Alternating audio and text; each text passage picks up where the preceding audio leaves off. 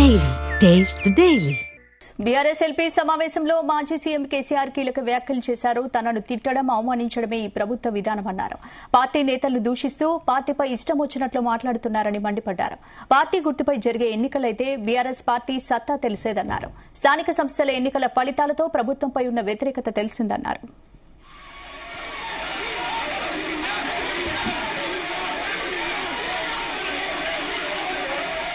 గర్వంతో ఎగిరే కాంగ్రెస్ ఎమ్మెల్యేలకు జనం బుద్ధి చెప్పారన్నారు. తమ హయాంలో ఎప్పుడూ గర్వంతో వ్యవహరించలేదన్నారు.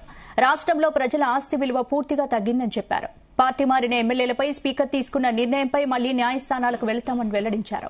ప్రజల్లోకి వెళ్లి కాంగ్రెస్ ప్రభుత్వం చేస్తున్న అన్యాయాలు, అక్రమాల గురించి ప్రజలకు వివరిస్తామని వ్యాఖ్యానించారు.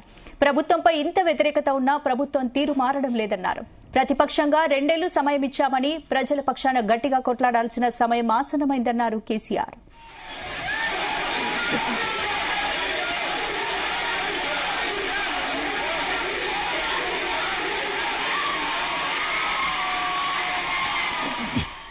ఇందుకు సంబంధించి పూర్తి అప్డేట్స్ మా చీఫ్ న్యూస్ కోఆర్డినేటర్ రాధాకృష్ణ అందిస్తారు. రాధాకృష్ణ. గుడ్ ఈవినింగ్ స్పందన.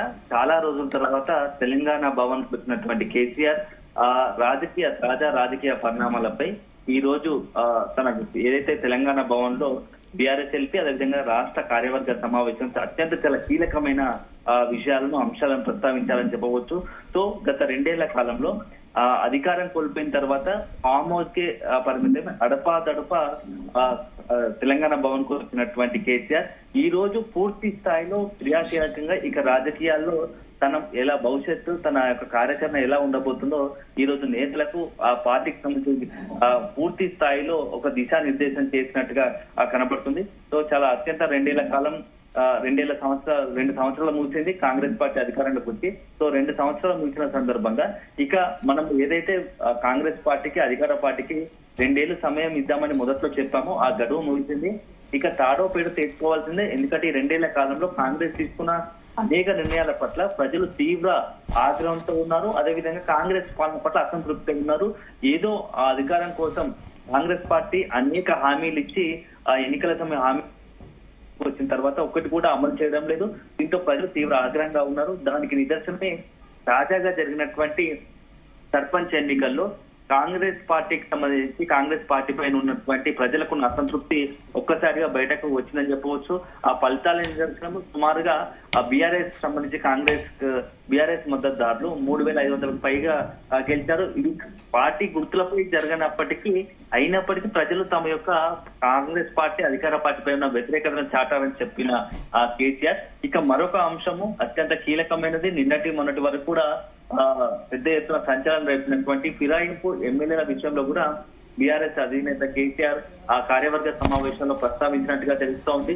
సో మరొకసారి ఏదైతే ఇప్పటికే స్పీకర్ 9 మంది ఎమ్మెల్యేలకు బీఆర్ఎస్ పార్టీ ఎమ్మెల్యేలే వాళ్ళు పార్టీ మారినట్టుగా ఆధారం లేవు, ప్రస్తుతం వారు బీఆర్ఎస్ ఎమ్మెల్యేలుగా గుర్తిస్తున్నామని చెప్పేసి కూడా ఆ స్పీకర్ ప్రకటించడం కూడా సంచలనం రేపింది. సో ఆ విషయాన్ని కూడా బీఆర్ఎస్ అధినేత కేసీఆర్ మరొకసారి ప్రస్తావించారు. సో మరొకసారి ఈ యొక్క ఎమ్మెల్యేల విషయంలో ఏదైతే న్యాయస్థానాలను సంప్రదించే అవకాశం న్యాయస్థానాలను కూడా మరొకసారి న్యాయస్థానాలకు సంబంధించి గడప తొక్కుతామని చెప్పేసి కూడా అధినేత కేసీఆర్ ప్రకటించిన పరిస్థితి కనబడతా ఉంది. సో కాంగ్రెస్ పార్టీకి సంబంధించి కాంగ్రెస్ పార్టీ పైన తీవ్ర వ్యతిరేకత ఉన్నారు.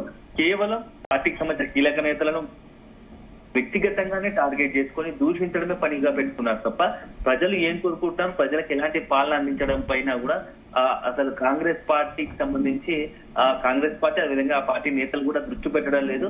కేవలం కేసీఆర్ చిత్రం ఎజెండాగా కూడా ఇప్పుడు ప్రస్తుత కాంగ్రెస్ పార్టీ నడుస్తుందని చెప్పేసి కూడా చెప్పిన పరిస్థితి కనబడుతోంది. ఇక అత్యంత మరో కీలకమైన అంశం యూరియాకి సంబంధించి గతంలో కొద్ది రోజులుగా యూరియాకి సంబంధించి పెద్ద ఎత్తున రైతులు ఆందోళన చేసిన సంగతి తెలిసిందే. సో యూరియా కొరత అని చెప్పేసి తెలిసినప్పటికీ యూరియాకి సంబంధించి రైతులకు అందజేయడంలో పూర్తిగా కాంగ్రెస్ విఫలమైంది. ఒకప్పుడు యూరియా ఇంటికి దేనికి వద్దు డైరెక్ట్ గానే వచ్చేది, కానీ ఇప్పుడు ఒక యూరియా బస్తా కోసం మొత్తం కూడా ఎంటైర్ ఫ్యామిలీ అంతా కూడా లైన్ లో నిలబడాల్సిన పరిస్థితి కాంగ్రెస్ తీసుకొచ్చింది. అట్లాంటి దుస్థితి ఏర్పడింది అని చెప్పేసి కూడా మాట్లాడిన పరిస్థితి కనబడుతోంది.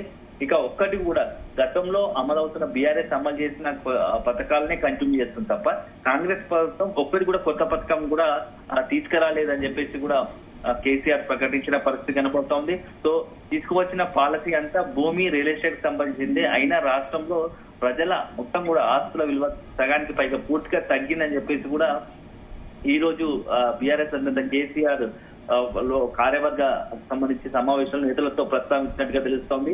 సో ఈ 2 సంవత్సరాల్లో కొత్త ఒక పాలసీ తెలియదు. ఒకవేళ తెచ్చిన ఒక పాలసీ ఏంటంటే దానివల్ల రియల్ ఎస్టేట్ కు అదేవిధంగా భూముల ధరలకు సంబంధించి అది పూర్తిగా ఆ ధరలు తగ్గిపోవడము, రియల్ ఎస్టేట్ గందరగోళం అయిపోయింది. అదేవిధంగా ఒక ఆస్తుల విలువ కూడా తగ్గిపోయిందని చెప్పేసి కేసీఆర్ లోపల కార్యవర్గ సమావేశంలో నేతలతో చెప్పినట్టుగా తెలుస్తోంది. ఇక మరొకసారి చాలా ఏంటంటే గతంలో సంచలనంగా మారినటువంటి సీఎం రేవంత్ రెడ్డి వ్యాఖ్యలకు సంబంధించి కేసీఆర్ వ్యక్తిగతంగా కొన్నటువంటి ఏదైతే వర్ష పదజాలంతో ఏవైతే కొంత వ్యాఖ్యలు చేస్తారో వాటిపై కూడా ప్రస్తావించినట్టుగా తెలుస్తోంది. ఇలా ఎవరైనా మాట్లాడతారా, ఇలా మాట్లాడడం కరెక్ట్ కాదు కదా అని చెప్పేసి కాస్త ఎమోషనల్ అయినట్టుగా తెలుస్తోంది. అదే సందర్భంలో కేసీఆర్ మాట్లాడుతున్నప్పుడు తనను వ్యక్తిగతంగా నన్ను కాంగ్రెస్ పార్టీ నేతలు అంతా కూడా ఆరోపణలు విమర్శలు చేస్తున్నారు. ఒక రకంగా తనకు అనారోగ్యంతో కాస్త అనారోగ్యం బారినపడి ఆసుపత్రికి వెళ్తే కూడా దాన్ని పెద్ద చేసి తన ఆరోగ్యం పైన లేనిపోని ప్రచారాలు చేస్తూ తనకు సంబంధించి తన పట్ల అత్యంత అమానవీయంగా ప్రవర్తిస్తున్నారని చెప్పేసి కూడా కాంగ్రెస్ నేతల పట్ల కాస్త ఎమోషనల్ అయినట్టు తెలుస్తుంది. ఈ నేపథ్యంలో నేతలంతా కూడా అదే రకంగా కేసీఆర్ పట్ల కేసీఆర్ మాట్లాడుతున్న సందర్భంలో ఆ నేతలంతా కూడా ఇలా ఒక్కసారిగా కొంత ఎమోషనల్ అయినట్టుగా తెలుస్తుంది. సో అల్టిమేట్ గా చాలా రోజుల తర్వాత కేసీఆర్ తెలంగాణ భవన్ రావడం, ఇక నెక్స్ట్ కాంగ్రెస్ తో తాడో పేడో తేల్చుకుంటామని చెప్పేసి ప్రకటించడం పట్ల బీఆర్ఎస్ శ్రేణులు అంతా కూడా ఒక రకంగా కొంత ఉత్సాహం, పార్టీలో మరొకసారి ఉత్సాహం నెలకొందని చెప్పవచ్చు. ఎందుకంటే ఎన్నో రోజులుగా ఎదురు చూస్తున్నటువంటి తమ అధినేత కేసీఆర్ ఒకసారి తిరిగి యాక్టివ్ అవ్వడము చాలా సంతోషంగా ఉంది. ఇక మరొకసారి మొత్తం పార్టీకి సంబంధించి అంతా నేతలు కింది స్థాయి గ్రౌండ్ స్థాయి నుంచి కింద నుంచి పై అంతా కూడా యాక్టివేట్ అయ్యి కాంగ్రెస్ సంబంధించి ఏవైతే వ్యతిరేకంగా ఉన్నాయో ప్రజా వ్యతిరేక నిర్ణయాలు వాటన్నిటిపైన కూడా ఇక నిరసనలో ఆందోళన కొనసాగిస్తూ వచ్చే ఎన్నికల్లో పూర్తి స్థాయిలో బీఆర్ఎస్ ను అధికారంలోకి తీసుకురావడమే పరమావధిగా పనిచేస్తామని చెప్పేసి కూడా ఇప్పుడు ఒక రకంగా బీఆర్ఎస్ శ్రేణులకు బీఆర్ఎస్ అధినేత కేసీఆర్ దిశానిర్దేశం చేస్తున్నట్టుగా తెలుస్తుంది. సో ఏదేమైనప్పటికీ ప్రస్తుతం ఇంకా సమావేశం కొనసాగుతోంది. ఏ అంశాలపైన ఇంకా కేసీఆర్ నేతలతో మాట్లాడతారు. అదే సందర్భంలో కొంత పార్టీలో ఇంటర్నల్ గా కూడా అంతర్గతంగా అనేకమైనటువంటి కొన్ని ఇష్యూస్ ఉన్నాయి. సో ఒకవైపు కాంగ్రెస్ పార్టీ అధికార పార్టీకి సంబంధించి ఏదైతే చేస్తున్న వ్యవహారం పైన మాట్లాడుతున్న పరిస్థితి ఉంది. అదే సందర్భంలో పార్టీలో కూడా బీఆర్ఎస్ పార్టీలో కూడా కొంత నేతల మధ్య అనేకత కావచ్చు. సో ఇటీవల పార్టీకి సంబంధించి అంతర్గతంగా చోటు చేసుకుంటున్న పరిణామాల పైన, ఎందుకంటే ఎమ్మెల్సీగా ఉన్నటువంటి కవిత సొంత కూతురే ఆ పార్టీ నుంచి సస్పెండ్ గురయ్యేలా పరిస్థితి వచ్చింది. సో ఇటీవల కాలంలో ఆమె వరుస పెట్టి బీఆర్ఎస్ కీలక నేతలను, బీఆర్ఎస్ మాజీ మంత్రులను టార్గెట్ చేసుకుని అనేకమైనటువంటి కీలక వ్యాఖ్యలు చేస్తుంది కాబట్టి సో కవిత పట్ల పార్టీ వైఖరి ఎలా ఉండాలి అని చెప్పేసి కూడా బీఆర్ఎస్ నేత కేసీఆర్ నేతలకు దిశానిర్దేశం చేసే అవకాశం కనబడుతోంది.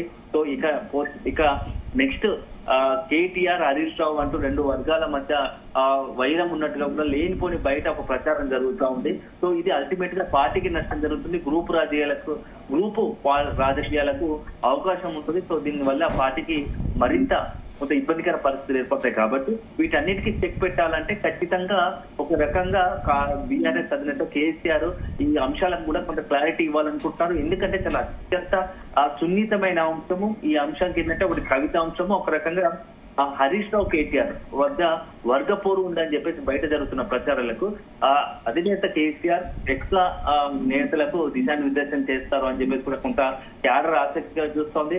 ఎందుకంటే ఒకవైపు కాంగ్రెస్ పార్టీ అధికార పార్టీకి సంబంధించి పోరాటంలో ఏదైతే ప్రజా వ్యతిరేకంగా సంబంధించి కాంగ్రెస్ తీసుకున్న నిర్ణయాల పట్ల ఎలా ఉండాలో ఖచ్చితంగా ఒక బీఆర్ఎస్ అధినేత కేసీఆర్ చేసే డైరెక్షన్ లో అందరూ పనిచేసే అవకాశం ఉంటుంది. కానీ వేరేది ఇక్కడ పార్టీలో నెలకొన్నటువంటి ఇంటర్నల్ గా అంతర్గతంగా నెలకొన్న సమస్యల పట్ల బీఆర్ఎస్ అధినేత కేసీఆర్ ఎలా రెస్పాండ్ అవుతారనేది కూడా పార్టీ క్యాడర్ చాలా ఆసక్తిగా ఎదురు చూస్తూ ఉంది, ఉత్కంఠగా ఎదురు చూస్తుంది. ఎందుకంటే ఇప్పటికే చాలా రోజులైంది అడక్ కమిటీతో నెట్టుకుంటూ వస్తున్నారు. సో పార్టీకి సంబంధించి కమిటీలు వేయలేదు. సో ఆ కమిటీలకు సంబంధించి ఎందుకంటే ఇప్పటికీ చాలా రోజులు ఆలస్యం అయింది. సో కమిటీలు వేస్తే కొత్త కమిటీలు అనేక మంది పార్టీలో కొత్త రక్తాన్ని ఎక్కించినట్టు అవుతుంది. యువతకు పెద్ద ఎత్తున అవకాశం కల్పించాలని పార్టీ బీఆర్ఎస్ అధినేత కేసీఆర్ భావిస్తున్నారు. ఎందుకంటే కొంతమంది ఇప్పటికే పార్టీని వీడి కొంతమంది వెళ్ళినప్పటికీ సీనియర్ స్థానంలో జూనియర్లను కొత్తగా యువతను పెద్ద ఎత్తున పార్టీలో కీలకంగా వాళ్ళ భూమిక పోషించేలా క్రియాశీలకంగా ఉండేలా యువతకు సంబంధించి ఎక్కువ ఎత్తున యువతకు అవకాశం కల్పించాలని బీఆర్ఎస్ అధినేత కేసీఆర్ భావిస్తున్నట్టుగా తెలుస్తోంది. ఎందుకంటే భవిష్యత్తులో వాళ్ళకు అవకాశాలు ఇస్తే పార్టీ పట్ల నిబద్ధతగా పనిచేస్తారు. ఇప్పుడు సీనియర్లు అంతా కూడా కొంత పదవులు అనుభవించి తమ ఇంకా మరో పార్టీ పరంగా పార్టీ కోసం పనిచేయడంలో కొంత అసంతృప్తి, పార్టీకి సంబంధించి పూర్తి స్థాయిలో పనిచేయడం లేదని చెప్పేసి అధిష్టానంలో కొంత అసంతృప్తి ఉంది. అలాంటి నేతల పట్ల జాగ్రత్తగా ఉంటూ వాళ్ళని విస్మరించకుండానే అదే స్థానంలో వాళ్ళని డైరెక్ట్ గా నేతలు పక్కన పెట్టకుండా వారి సలహాలు తీసుకుంటామని చెప్పేసి యువతకు పార్టీకి సంబంధించి కీలకమైనటువంటి కమిటీల్లో అవకాశం కల్పిస్తే రేపు భవిష్యత్తులో జరగబోయే ఎన్నికలకు అది పాజిటివ్ గా మారే, సానుకూలంగా మారే అవకాశం ఉంటుందని చెప్పేసి బీఆర్ఎస్ అధినేత భావిస్తున్నారు. దానికి సంబంధించి కూడా ఈ కమిటీల విషయంలో ఒక స్పష్టత ఇచ్చే అవకాశం కనపడతా ఉంది. Thank you Radhakrishna.